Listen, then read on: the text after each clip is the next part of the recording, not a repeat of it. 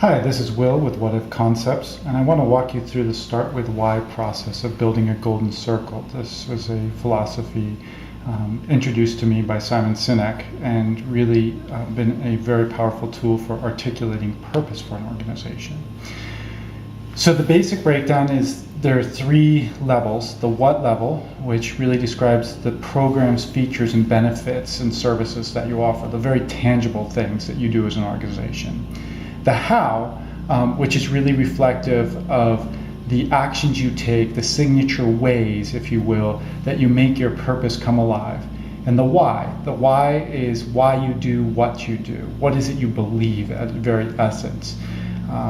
So what I want to do is take an animal shelter that I recently worked with and share a portion of their golden circle to make this real.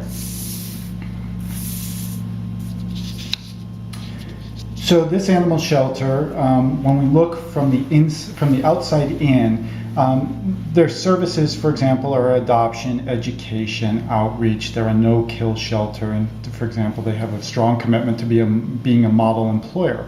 So those are very tangible things, not much different than any other shelter, humane society you may have encountered. And they have other programs and services, but this is just a representative grouping of them. When you get into the how, a couple of their hows are be their voice, talking about not only the animals, the dogs and the cats that they take care of, but also for the community and animal lovers. They talk about the human-animal bond, and they talk about leading by example. Again, not all of their hows, but a grouping of some of the core ones. And then their core belief, why do they do what they do? They believe in transforming community through compassion. So you can imagine if you're able to tell this story from the inside out, it sets up as a completely different narrative than if all you're doing is talking about it from the outside in. So for example, if you believe in transforming community, we believe in transforming community through compassion, and one of the ways we do it is that we enhance the human-animal bond, and we're the voice for the animals.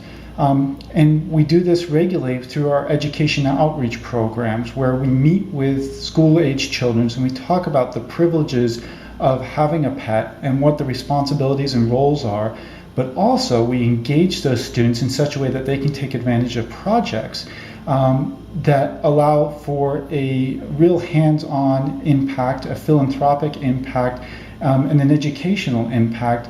And these students, especially the ones who self-select in, really start from this place of transforming community through compassion, as opposed to just doing it because dogs and cats are cool, for example.